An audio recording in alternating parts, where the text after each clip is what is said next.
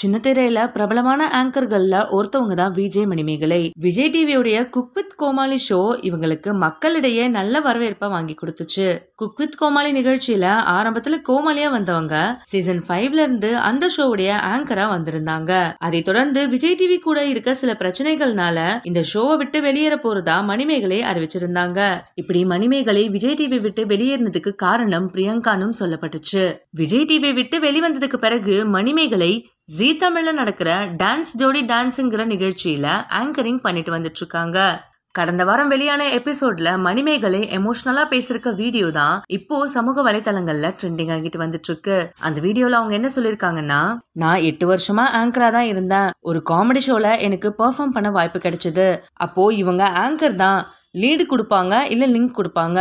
இவங்கள பெர்ஃபார்ம் பண்ண விட்டா எப்படி பெர்ஃபார்ம் பண்ணுவாங்கன்னு அங்க இருந்தவங்க என்ன ஏளனமா பேசினாங்க. ஆனா இப்போ என்ன கேக்குறாங்கன்னா, மணிமேகலை நல்லா பெர்ஃபார்ம் பண்ணுவாங்க, அவங்களுக்கு ஆங்கரிங் வருமானு கேக்குறாங்க. அந்த அளவுக்கு எல்லாம் மாறி இருக்கு. நாம கஷ்டப்பட்டு உழைச்சா எதை வேணா செய்யலாம்னு மணிமேகலை அந்த வீடியோல ரொம்பவே எமோஷனலா பேசிருக்காங்க.